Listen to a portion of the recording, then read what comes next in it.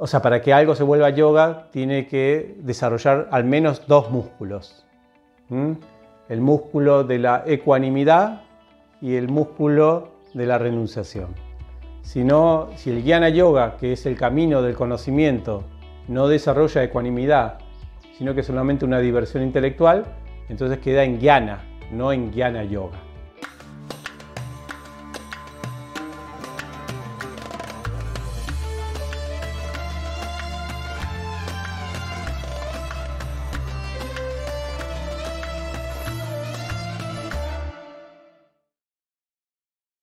Entonces continuamos con la sección de Jnana Yoga. Estuvimos explicando ya los distintos procesos de yoga en este curso temático del Bhagavad Gita. Hicimos una introducción de lo que es Jnana Yoga, cuáles son los principios fundamentales que sostienen esta práctica, para no confundirla simplemente con un intelectualismo, ¿no? O algo así teórico. Recuerden que yoga para que algo se vuelva yoga, tiene que desarrollar al menos dos músculos. El músculo de la ecuanimidad y el músculo de la renunciación. Si el Jnana Yoga, que es el camino del conocimiento, no desarrolla ecuanimidad, sino que es solamente una diversión intelectual, entonces queda en Jnana, no en Jnana Yoga. Entonces estuvimos hablando acerca de eso. Las dos cosas importantes del Jnana Yoga es que debe desarrollar una práctica espiritual, debe mostrarse en la práctica, no solamente en que sabes mucho, sino que en la vida práctica algo resulta, especialmente en estas áreas de ecuanimidad y renunciación. Y por otra parte también, Jnana Yoga no es solamente que es estudiar cualquier materia y para desarrollar ecuanimidad y renunciación. Hay ciertos temas que son los temas que se estudian dentro del Jnana Yoga para que produzcan o para que desarrollen estos dos músculos. Esos temas, los habíamos hablado en la clase anterior, se denominan tattvas. Tattvas es un principio, una verdad fundamental, algo autoevidente, es un principio filosófico, es lo que sostiene todo. Esto es bueno entender qué es tattva, porque tattva también se lo traduce como verdad. Y esto es importante porque si nosotros pensamos que Jnana Yoga, el camino del conocimiento, es especular o estudiar acerca de cosas esotéricas que en realidad a veces no tienen relación con la realidad, ¿no? Por ejemplo, alguien puede decir, no, yo soy un Jnana Yogi. ¿Por qué? Porque tengo mis visiones místicas, porque no sé cosas esotéricas que nadie sabe, que nadie las percibe. Eso es otra cosa. Jnana Yoga trata del estudio de las verdades, y como verdades son autoevidentes, en realidad lo que exige el Jnana Yoga no es tanto ¿cómo se llama esto? Una alteración de la conciencia o del intelecto, sino un abrir los ojos de la conciencia a los hechos autoverificables. Y esto es lo que se llama tattva. Entonces, hasta ahí dejamos. Lo que nos quedaría por entender ahora, ¿cuáles son los tattvas que presenta el Bhagavad Gita? ¿Qué son los tattvas? Habíamos hablado en la anterior clase que hay tres realidades que se ocupa el Jnana Yogi de estudiar, que son la naturaleza material, es un tattva, es real, acá la tenemos. El alma, el ser, y Dios. Estos son los tres aspectos que comprende el tattva, las realidades. O sea, el Jnana Yoga se ocupa en estudiar estos tres aspectos. Ahora, el Bhagavad Gita lo va a nombrar, estos tres aspectos, y inclusive lo va a denominar como tattvas, como entender esos tattvas. Inclusive en una parte, no sé si la conocen, la del Bhagavad Gita, cuando Krishna le dice a Arjuna, tan solo trata de aprender la verdad acercándote a un maestro espiritual, le habla de tattva. ¿Y por qué ellos pueden enseñar la verdad a los maestros? Porque son tattva darshina. Darshana significa que ven la verdad, entonces la pueden entregar. O sea, esto es interesante porque siempre estamos hablando entonces de estudio. Cuando hablamos de estudio en Jnana Yoga nos estamos refiriendo al estudio de los tattvas. Es bueno, a mí me resulta importante a mí definir bien cuál es el objeto de estudio del Jnana Yoga, porque lo que queremos hablar en este curso es entender el yoga como el Bhagavad Gita lo presenta, y no como algo que a uno se le ocurre hacer. Entonces hay una ciencia. El Jnana Yoga es una forma de practicarlo y hay que hacerlo como el Bhagavad Gita dice. Entonces, otra cosa no es Jnana. Y al menos no es Jnana Yoga, puede ser Jnana solamente conocimiento. Y nos vamos a dar cuenta de que también no estamos enfocados en el objeto de estudio correspondiente, porque los músculos van a estar flácidos todavía, los dos músculos esos. Entonces uno puede ser muy intelectual, pero a la primera de cambio, como dices, ya le molesta todo. La felicidad, la aflicción, se deprime, se alegra, hace euforia, ¿no? Se mantiene eufórico, todo lo disturba y también es muy apegado. Entonces, digamos, sí, puede ser que apegado a su biblioteca, a su conocimiento, a su orgullo.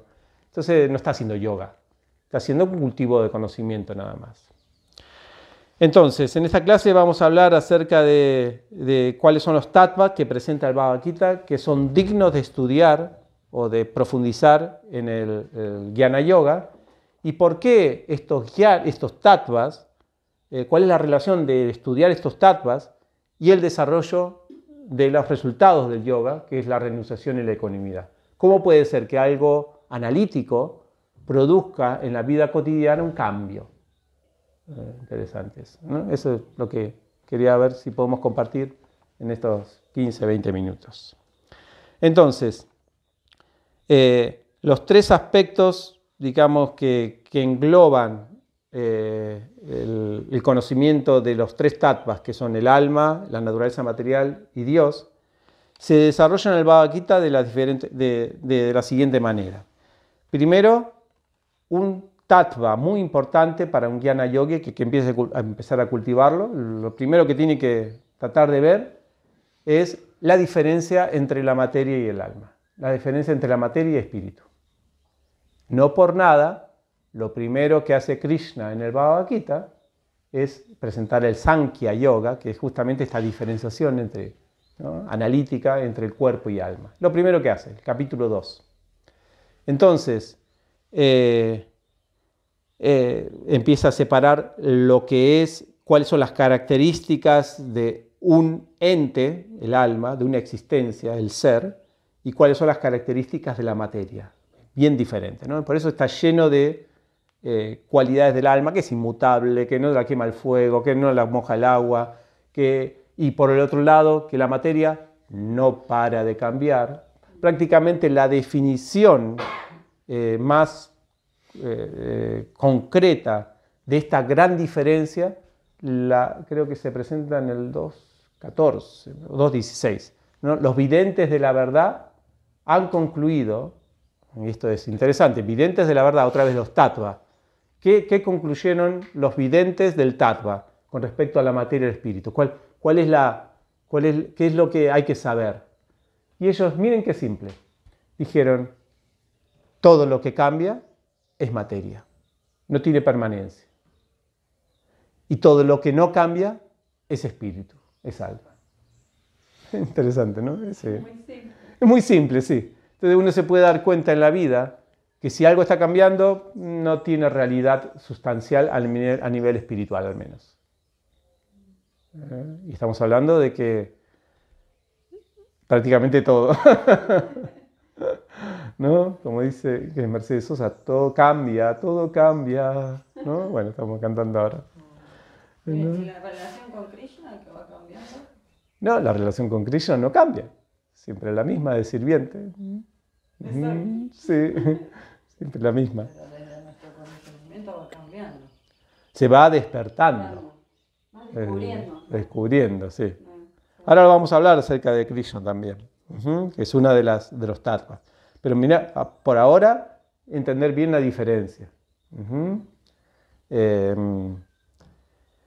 Y el Bhagavad Gita dice que esto no es inocuo, este conocimiento. Para el Jnana Yogi, entender esta diferencia de que todo lo que cambia es materia y todo lo que lo que no cambia es el ser o la realidad espiritual, es lo que nosotros somos, tiene que tener un cambio en lo actitudinal. Fíjense en que el verso 2.13 de Jinos Min Yata Deje Kaumaran Yavaran Chara, ahí Krishna nos presenta que el cuerpo va cambiando, la niñez a la juventud, luego a la vejez. Y fíjense en la parte final del verso, dice Diras Tatra Namuhyati. Diras es un resultado de esta visión. Dira significa imperturbable, no se perturba, estable, ¿no? Sensato. Una persona no se perturba por estos cambios, dice. No se perturba ni siquiera por el cambio de un cuerpo a otro. O sea, el resultado del cultivo del conocimiento, de entender que todo cambia, es que hay una estabilidad emocional en el momento de la muerte. Una estabilidad socrática. ¿Miren? Como Sócrates. Bueno, si esto, yo entiendo de que soy diferente del cuerpo. Dhamma Sikuta, nomás. Esa estabilidad es un Jnana Yogi, por ejemplo. Un Jnana Yogi así con todas las letras. Sócrates. El conocimiento que él tenía le permitía estar imperturbable hasta indiferente inclusive ante la vida y la muerte. Porque entendía que el ser no se iba a morir. Él aprobó el 2.13. Lo sabía de memoria Sócrates, ¿no? Y estaba internalizado, sí, completamente internalizado. Por eso ese verso, Krishna le dice a Arjuna, si tenés este conocimiento no te vas a perturbar tanto, porque él estaba muy perturbado por los cambios que podrían suceder en la batalla si él mataba a los familiares. Entonces, esto ayuda, ya tenemos un elemento. Y bueno, esto que dijimos, que todo cambia, ¿no? Nada es para siempre, ¿no? ¿Cómo dice? Nada es para siempre. Nada es para siempre. ¿Qué sigue? No me digas, mi amor, que te falta valor, porque nada es para siempre. Bien, te falta valor. A ver si tiene alguna sabiduría esa canción. Bien, la sabiduría de la primera parte. Bueno, valor. Tendríamos que tener valor para entender de que todo cambia. Así que mejor atenernos a lo eterno.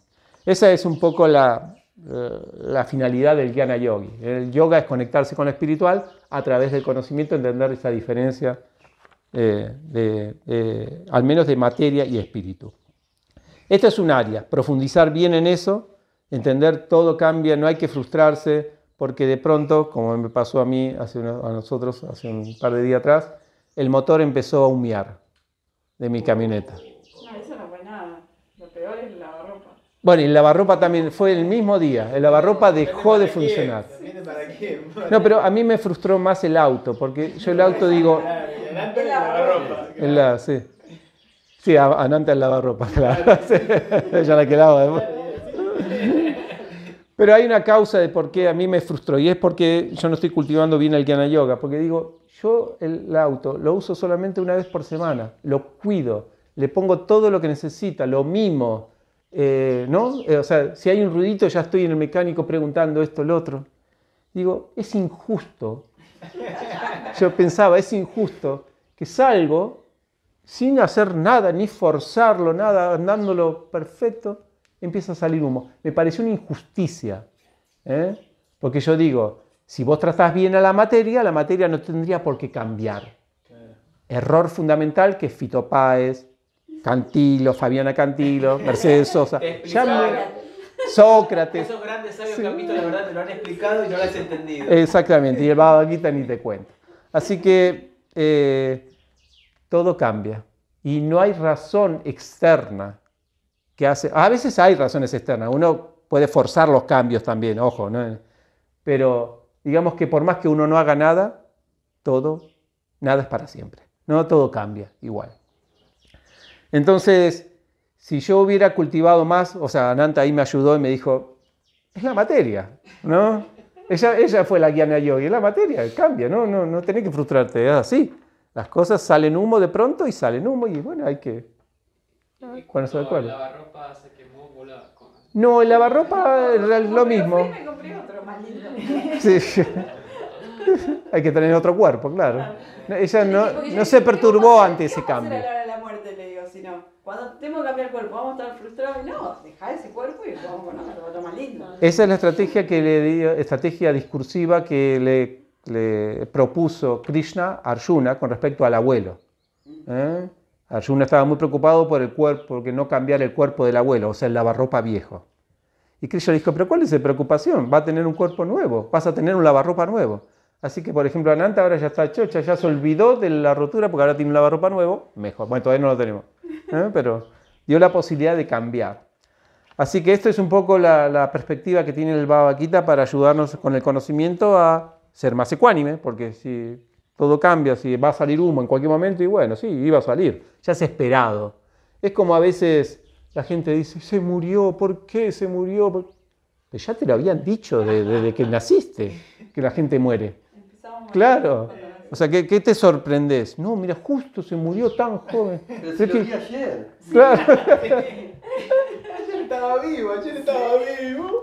Por eso que Jnana Yoga no es un conocimiento esotérico, es abrir los ojos a lo que es real. Eso es un tattva. Y algunas veces menos mal que todo cambia. Sí, Sí, ¿no? eso también. Como dicen a veces, no trates de cambiar los amigos porque los amigos cambian. Claro. Y no solamente yo agregaría eso, no solamente que los amigos cambian, sino que también tus gustos personales cambian. Entonces, si ahora ves un amigo que no te gusta, no te preocupes porque después capaz te va a gustar. La pareja lo mismo, ¿no? Eso también. Ay, ya no nos amamos más. Pará un poquito, esperá, porque después va a cambiar ella, él, todo el entorno, y capaz después te guste, capaz no. Entonces, este asunto también nos lleva al asunto de la felicidad y la aflicción. Si, por ejemplo, ahora estamos felices y tenemos una felicidad, no te preocupes porque después va a venir la aflicción. O sea, no te apegues porque va a venir la aflicción. Y si viene la aflicción, no te aflijas porque después va a venir la felicidad. Esto es Bhagavad Gita también. Entonces, esto es lo que nos ayuda. Si todo cambia, la felicidad cambia, la aflicción cambia. Entonces, ¿para qué atenernos a la felicidad y aflicción del mundo? Si eso está asegurado que va a cambiar. Por eso buscar las felicidades en el mundo es ridículo. Mejor buscarla en algo que por lo menos permanezca una felicidad estable. Eso es lo que nos entusiasma, digamos, del Jnana Yoga. Y hay prácticas, la práctica yógica en sí, vieron que dice un verso del Bhagavad Gita, la inteligencia de los irresolutos, innumerables ramificaciones, pero el otro la tiene fija. O sea que si nosotros nos ponemos con la inteligencia fija en la espiritualidad, no hay felicidad y aflicción ahí. No hay desestabilización. Siempre es estabilidad. Y eso es una linda propuesta. Alguien dice, pero hay una forma de estar en paz siempre, feliz siempre. Sí, pero no en la materia. Porque eso está asegurado el cambio. Ese es un área del tattva que nos propone el Bhagavad Gita. Luego se complica un poquito más. Y sabemos cuál es la diferencia entre cuerpo y alma, o materia y espíritu, pero hay otro tattva, el segundo tattva, son 3 tattvas que les voy a proponer hoy, ¿no? Así parece, que se llama guna y karma, este tattva. Entender las complejidades de las gunas también es un tattva interesante, y esto lo presenta Krishna más en la segunda parte del Bhagavad Gita, ¿no? Cómo actúan las gunas en la naturaleza material. ¿Por qué entender las gunas o cómo actúan las gunas en los cuerpos, en la naturaleza material, es un tattva? ¿Y por qué esto nos hace desarrollar músculos? Interesante. Bueno, el verso 3.27 del Bhagavad Gita ya nos dice algo que nos ayuda a evitar, digamos, confundirnos con estas gunas. El 3.27 dice, aquellos que están confundidos por la influencia del ego falso, se creen los autores de las actividades, que en realidad son ejecutadas por las 3 gunas. Esto lo que quiere decir en traducción es, las actividades que vemos, vamos a hacer de cuenta de los otros humanos, de las otras personas, de todos, ¿no? Y inclusive las actividades nuestras, realmente no necesariamente son las actividades del alma. Si alguien viene y nos dice, sos feo, no necesariamente eso es un alma hablando. ¿Me explico? No nos está atacando el alma, sino que son las gunas de esa persona. Y lo de ser feo también. Y lo que uno es feo también, no es que uno es feo, sino que son las gunas actuando para que uno sea feo o lindo. Y que uno se crea feo y se aflija, por eso también es la guna que uno tiene. Exactamente, es la combinación. No es la materia contra la materia, pero la cuestión es que hay una conciencia detrás que está atacando la otra materia que está detrás de la conciencia también. O sea, en materia con materia no se puede atacar. Ahí está, muy bueno eso, está bueno eso, verlo así. Claro, la materia con materia no tiene mucho sentido. Son las gunas contra las gunas. ¿Vieron cuando a veces hay un enfrentamiento, especialmente en una discusión de dos personas practicando vida espiritual? ¡Qué ego falso que tenés, que no me haces caso! Y no, vos sos el que tiene ego falso. Y al final es materia contra materia. Ego falso contra Ego falso contra ego falso, exactamente. Pero las gunas también son materia sutil. Claro, Sí, claro, claro. obvio, sí. En realidad es como, o sea, nosotros ya vimos en el anterior Tattva de que la materia cambia. Ahora, cuando hablamos de guna, es cuál es la, ¿cómo se llama? ¿De qué manera cambia? ¿Cómo actúa? ¿Cómo Sí, más detallado es, Claro. ¿no? Es más detallado. Sabemos que cambia, pero a veces no sabemos si esos cambios son... Pero ese cambio, me parece que ese cambio ya sí... Ese cambio es del alma, no puede ser que sea de la materia. Mirá cómo está renunciando a todo el mundo. Mirá cómo se está desapegando. ¿Será un desapego del alma, del yoga, o serán de las gunas? Tenemos el caso del Bhagavad Gita, Arjuna. El desapego que está haciendo él de la batalla, ¿es un desapego del alma o de las gunas? Es todo el desarrollo del Bhagavad Gita es cómo hacer un acto espiritual, como Arjuna pensaba que quería hacerlo, que sea realmente un acto espiritual y no una reacción de las gunas. Todo el desarrollo de lo que es renunciación, de lo que es desapego espiritual y de lo que es renunciación bajo las modalidades de la naturaleza, bajo las gunas, es todo un desarrollo del Bhagavad Gita. En realidad las gunas no actúan independientemente, no son materias, están regidas por las personalidades, ¿no? Por Brahma, Shiva y Vishnu. Sí, eso Me es quedé pensando, a nivel porque técnico. Juan dijo son materia, ¿y cómo actúan? Porque la materia en realidad sola no actúa. No, la materia siempre es activada originalmente por Dios, con el tiempo, ¿no? Eso ya es Bhagavatam. Cómo se empieza a activar todo es porque Krishna prendió el botón. Claro. Cuando prendió el botón de la naturaleza material empiezan todas las gunas a actuar. Es como si vos tuvieras una amasadora y empiezas a poner los ingredientes. Los ingredientes son Eso. algunas, o sea, que mezclas. Ahora, ¿cómo se mezclan? Claro. Eso depende del karma, del tiempo, Sí, el motor. el motor. Pero ¿quién prende esa amasadora? La prende Krishna. Exactamente. Y uno se acomoda en esa parte del movimiento de acuerdo a sus deseos, ¿no? Entonces no soy responsable, las gunas están actuando, no me hago responsable. La responsabilidad del alma es dejarnos llevar por esas gunas. Claro. Es como, por ejemplo, el ejemplo que se da siempre es si uno va en la ruta muy rápido y de pronto, por la velocidad que va, pasa alguien y se lo lleva puesto, ¿no? Entonces uno puede responsabilizar a la velocidad del auto, a la inercia de la velocidad del auto. Uno puede decir, no, yo no lo maté, fue el auto. No pude parar. Claro, no pude pararlo. Bien, hay varias cositas ahí para desarrollar. Primero, que quizás no apretó para nada el freno, sino que dijo, a este lo mato. O sea, no hizo ningún esfuerzo para parar la inercia de las gunas. Ya sé que es difícil parar la inercia de las gunas, le va a ser imposible a ese auto evitar el choque, pero no hacer nada, tenemos alguna participación ahí.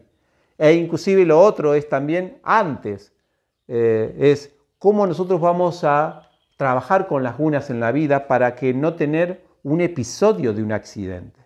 Entonces digamos que los pedales nosotros podemos darle algo. Lo que pasa que cuando una vez que le damos, Ya se va solo. hay una inercia de las gunas que nos puede llevar a actos, como dice Arjuna en el Bhagavad Gita, que es lo que me impele a mí a actuar pecaminosamente aún a la fuerza sin yo quererlo. Hay elementos, hay inercias que nos fuerzan a hacer cosas, pero a la vez hay maneras de por lo menos evitar los accidentes. No sé si evitar, porque eso es difícil, evitar un accidente, pero de disminuirlos. Esto se llama trabajar, ¿no? Prevenir. Prevenir, exactamente, ¿no? ¿Está bien? Entonces sí, hay una participación ahí, pero a la vez hay una predestinación. Es como un libre albedrío, predestinación juntos. Puede el alma participar y por eso se vuelve responsable. Mataste a alguien, porque vieron que en el curso de tránsito siempre te dicen la palabra accidente, son mínimas las situaciones en las que hay un accidente. ¿Vieron que siempre se dice? Siempre es una negligencia. Siempre es una negligencia humana, dice, casi siempre. A no ser que, inclusive se te rompe un neumático, ¿viste? Que a veces y perdés. ¿Y por qué se te rompió el neumático? Capaz no le hiciste mantenimiento. Entonces siempre hay una negligencia detrás de eso. Y difícilmente hay un accidente, siempre hay una responsabilidad. A veces no, ¿no? A veces pasa que vos estás manejando y se te viene uno encima. Bueno, es la negligencia del otro, ¿no? Puede pasar. Pero hay que ver, porque también hay que ver qué velocidad uno iba, que no pudo hacer la maniobra correspondiente para evitar el choque. Si uno iba más a velocidad, si no estaba atento, si no estaba lúcido, si los frenos estaban bien en el auto. Hay muchas cosas que uno puede participar y que no la participa y por lo tanto después recibe las reacciones. A veces uno no es consciente de que es negligente. Según Eso. alguna en la que uno está situado, a veces estamos siendo negligentes y creemos que no lo somos. También, eso es dormirnos bajo las gunas. No prestar atención a los ruiditos del auto.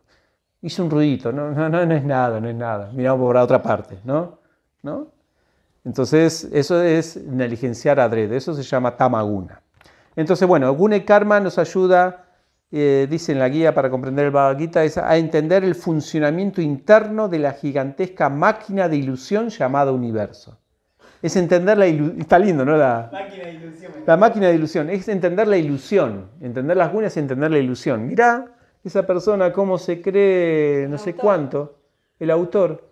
Y es solamente el show, es increíble cómo la ilusión te hace pensar que vos sos lo que las gunas te están titiriteando. ¿No? Entender eso es una visión del Jnana Yoga. Entender en otros y obviamente entender en uno, principalmente en uno. No, solo en otros. Claro, solo en otros, sí. Así que esto es, inclusive, diferenciar las acciones de las gunas en el alma es realmente un análisis que se hace del alma. Por eso es Jnana Yoga, por eso es conexión. ¿Me explico lo que quiero decir?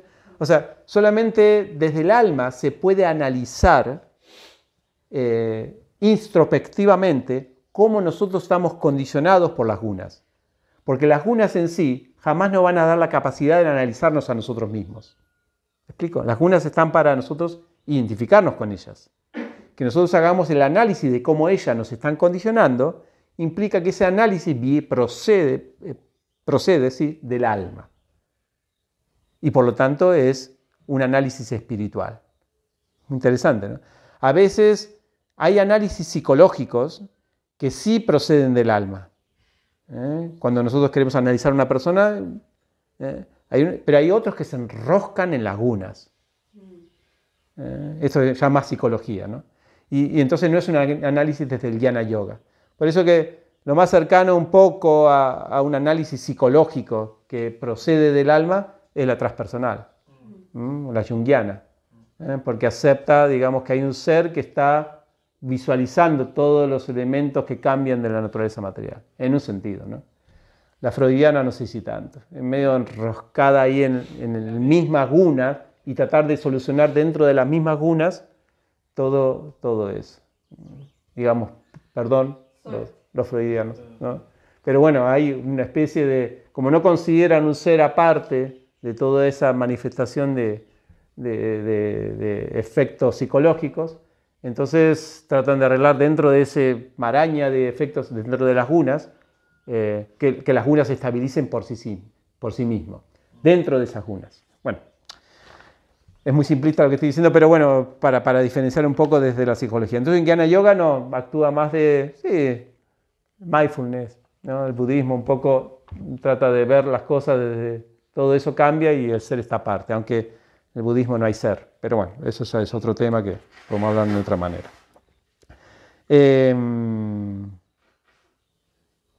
Acá hay otro elemento, sí, es lo que dijimos recién.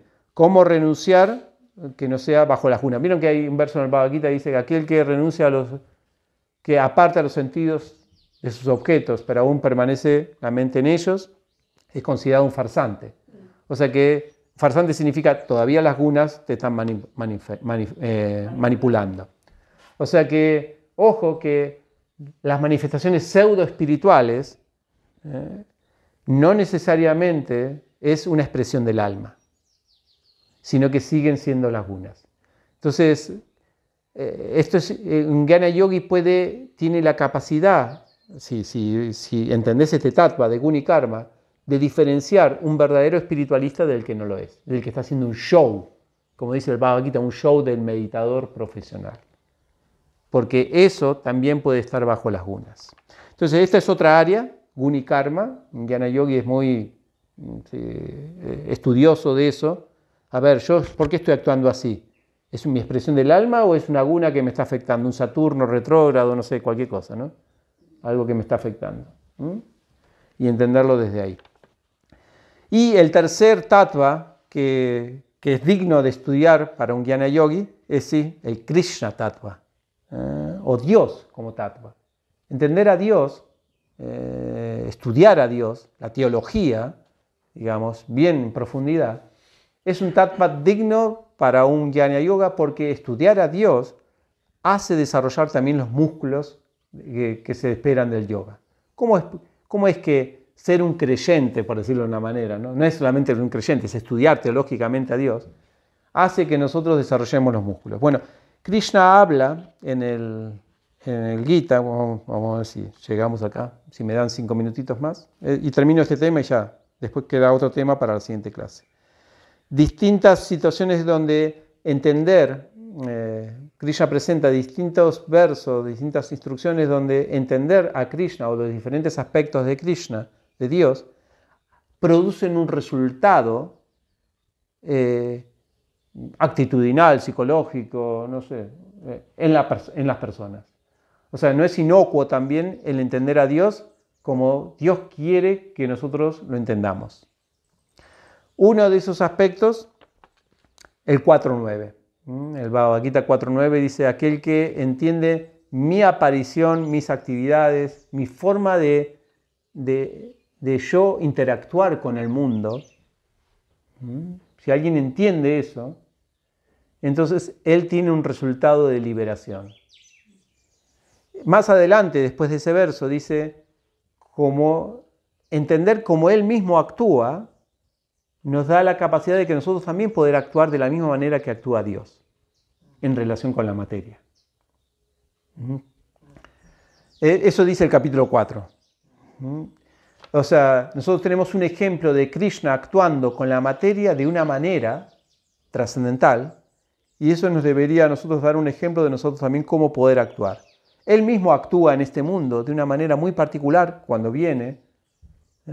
Por ejemplo, él no es que es una persona, no es que es el Dios que a veces se hace una caricatura de que se enoja porque no le hacen caso, porque no lo adoran. Entonces, ¿qué? No es un Dios muy ecuánime que digamos. No se enoja porque no me hicieron caso, entonces le voy a mandar esas 7 plagas a ese pueblito, así, ¿no? Así para que aprendan, porque a mí se me respeta. No, esas cosas así no existe. O sea, Krishna no presenta ese modelo de Dios para nada. Él dice siempre: a mí tengo la misma disposición para con todos. Aquellos que, en la medida que se entregan a mí, yo los recompenso. Hace una reciprocidad así, que no tiene que ver con algo que él es afectado y por eso actúa. Inclusive dice cuando desciende a este mundo, que eso es la parte de Avatar del Bhagavad Gita muy, muy interesante para estudiar, ese asunto de la participación de Dios en este mundo, ya sea él descendiendo personalmente o enviando. ¿Cuál es la causa que hace que él descienda? Tampoco es una causa de una inestabilidad emocional del Señor Supremo. Es como: oh, ya me cansaron esto, voy a bajar porque se están haciendo cualquier cosa, ¿no? O ya me pudrieron, o bueno, a ver si me pongo yo, me remango porque acá no pasa nada. No es una inestabilidad, claro, no surge de ahí. Krishna dice que es Atma Mayaya, la razón por la que igual Él desciende, Atma, Maya, Atma significa el ser, Mayaya significa lo que le impulsa es amor, misericordia, así como buena onda. Buena onda siempre, para todo. Ya sea para corregir, que lo corrige a veces de manera fuertes, o para amar, o para brindar compañía. Siempre es la buena onda de Dios para todos. Por eso tengo la misma disposición para con todos. Y es buena, la disposición es positiva. Es como decimos siempre, es un amor equidistante, no, es una... Sí.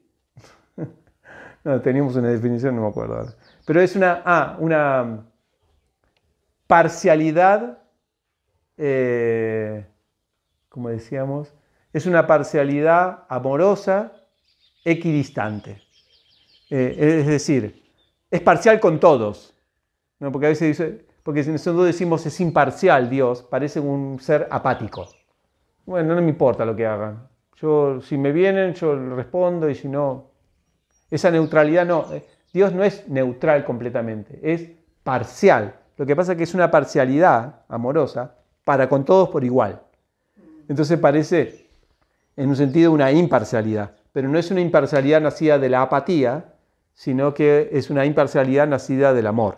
Entonces hay una parcialidad para con todos. A todos quiere beneficiar de la misma manera. Eso es lo que se trata. Entonces, sí tiene un impulso Dios, pero ese impulso no es de lagunas, obviamente. Querer favorecer a todo el mundo, bueno, en nuestro plano, a veces querer favorecer a todo el mundo es querer ser el amiguito de todos, puede estar plagado por alguna laguna. Pero en el plano espiritual, dice que si uno se establece el amor, la compasión, es signo también de realización espiritual. Porque uno ya quiere favorecer a todos, tanto al amigo como al enemigo. Y ahí sí te quiero ver. Te quiero ver en modo Jesucristo. Señor, perdónalos porque no saben lo que hacen. Después de que te mandaron todo eso. Ese es un modo que obviamente está establecido en el plano espiritual. Bueno, Krishna lo mismo. Jesucristo ahí está emulando, o está haciendo la misma parcialidad amorosa con todos los seres, que es la que tiene Krishna. Por eso Krishna dice, si alguien entiende mi forma de actuar en el mundo y actúa de la misma manera, se libera. Eso es lo primero. Luego la otra cuestión también de entender a Dios es entender la unidad de Dios con las almas. Y esto lo dice en el 4.34, tan solo acércate a un maestro espiritual, él te va a brindar la verdad. Pero el siguiente verso es interesante. ¿Qué es la verdad? ¿Qué verdad te va a dar? Que todos los seres son míos, dice Krishna. Que todos los seres están en mí. Esa es la verdad. De pronto nosotros vamos a entender a Dios no es solamente entender que Dios está arriba en el cielo, sino que la unidad que tiene todos nosotros, que nosotros nunca nos podemos separar de Dios. No existe separación de Dios porque hay una unidad y diferencia simultánea con Dios. Es un concepto teológico también.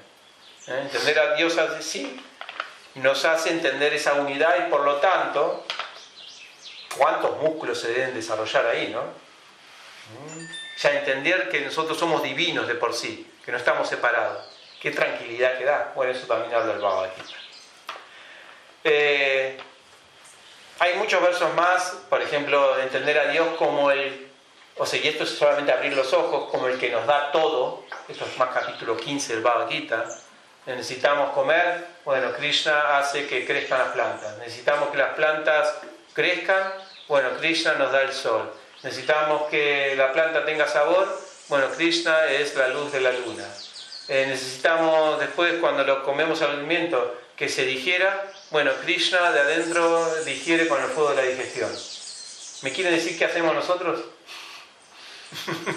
En todo el proceso. Meter la pata. Sí, meter la pata, sí, no hay, o sea, para todos dependemos de algo divino. Entonces eso es un poco entender la teología, entender a Dios hace que si para todo dependemos de Dios, me parece que apegarnos a algo, ¿no? Mejor entregar todo a Él y listo, y ya alcanzamos la paz. Si ya lo está haciendo todo. Es solamente abrir los ojos y decir, bueno, Reconocer. reconocer. Exactamente, la palabra reconocer es la más indicada. Es reconocer que, bueno, es sacarnos, digamos, la venda y decir, bueno, las cosas son así. Aceptar las cosas como son, en cuanto a Dios. Ya vimos aceptar las cosas como son en cuanto a las gunas y en cuanto a la materia. Ahora en cuanto a Dios, ¿qué resulta de eso? Y obviamente que esto termina en un grado de paz, ecuanimidad, ¿no? Entender al Señor como el controlador, como el disfrutador de todo, es hacer eso en la vida. Yo no soy el controlador, qué bueno, porque ya estaba cansado de ser el controlador, que tengo que controlar de que no le salga un mito a la camioneta. No, es Él el que controla. Yo solamente hago el servicio hacia Él y bueno, después Él decidirá si en algún momento le va a salir humo a la camioneta o en las relaciones, si va a salir humo en las relaciones o no. Yo me preocupo nada más de hacer lo que Él quiere que haga en estas áreas. Pero después los resultados siempre son de Dios. Interesantes. Bueno, esto es, y ya terminando, hay un elemento que es como el sumum bonum, como la copa mundial de los jnana yogis, que si un jnana yogi, bueno, sabe estas tres cosas, bien, es un jnana yogi que está para las ligas mayores, pero el que se lleva la copa mundial de los jnana yogis es un tattva, que el Bhagavad Gita lo presenta también, que dice conocer en intimidad a Dios. Esto aparece en el Gita, cuando dice, aquellos que se ocupan del servicio personal pueden conocerme en verdad, tattva taha, eso 18:55, Bhagavad Gita. Entonces ahí tenemos, y inclusive en el capítulo 11, también cuando Krishna Arjuna le pide a Krishna que muestre la forma universal, y después que muestre las otras formas, la forma de Krishna mismo, Krishna dice, esta es mi forma más confidencial, la forma personal del Señor Supremo, conocer intimidad, no solamente teológicamente las leyes que gobiernan un Dios, ¿no? Por decirlo, no solamente lo filosófico, sino entender cómo Dios personalmente actúa, o la personalidad de Dios, la intimidad de Dios, los gustos personales de Dios. Ese conocimiento es el sumum bonum del Jnana Yoga, y para profundizar en eso obviamente que necesita unas buenas dosis, inyecciones de Bhakti. Eso dice el Bhagavad Gita al menos. Pero es posible. Un Jnana Yogi puede meterse más profundamente en esos conocimientos, pero bueno, eso es solamente el inicio. El Bhagavad Gita da un inicio nada más para profundizar en ese conocimiento para un Jnana Yogi. El Bhagavatam es el libro por excelencia para los adictos Jnana Yogi que quieren profundizar en esos aspectos. Así que bueno, eso es lo que quería compartir con ustedes, esos tres tattvas. Para la próxima clase seguimos con Jnana Yoga, pero un elemento interesante es que nosotros tenemos estos tres tattvas, pero para entender estos tres tattvas, para que realmente desarrollen los músculos correspondientes, necesitamos una técnica. No es que es un estudio, es como decir, es estudio nada más, agarro un libro y estudio estos tres aspectos, lo analizo y le doy ¿no? a la cabeza. No es así. No necesariamente por lo intelectual o para agarrar un librito y estudiar a solas estas tres tattvas es que uno desarrolla los músculos. Hay un equipo de conocimiento, un triplete, que hay que saber, que lo vamos a hablar en la siguiente clase, y es la forma de trabajar en ese triplete, en ese equipo de conocimiento, es como que lo que produce esos músculos. Es como, por ejemplo, nosotros tenemos un gimnasio lleno de equipos para hacer gimnasia. Es como todos estos tres tattvas, ¿no? Pero si no tenemos ahí el profesor que nos indica cómo usar esos equipos, ¿cómo se dice? Los aparatos, nos podemos hacer daño, o capaz no podemos desarrollar ningún músculo también. Podemos estar jugando ahí nada más, a ver, y estamos en una pesita así, ay qué lindo, la verdad que está bueno, y salimos y estamos igual que siempre. Entonces, de la misma manera, estos tattvas hay que estudiarlos con una técnica, y esa técnica la vamos a ver en la siguiente clase. Muchas gracias. Si te gustó este video, por favor, suscríbete a este canal, o compartí el video, o comentalo, ayudarnos a difundirlos. Podés unirte también a nuestro Patreon, donde podés recibir regalos exclusivos, materiales, videos, cursos que impartimos en nuestro campo. Nos vemos pronto, muchas gracias, un abrazo, hasta luego.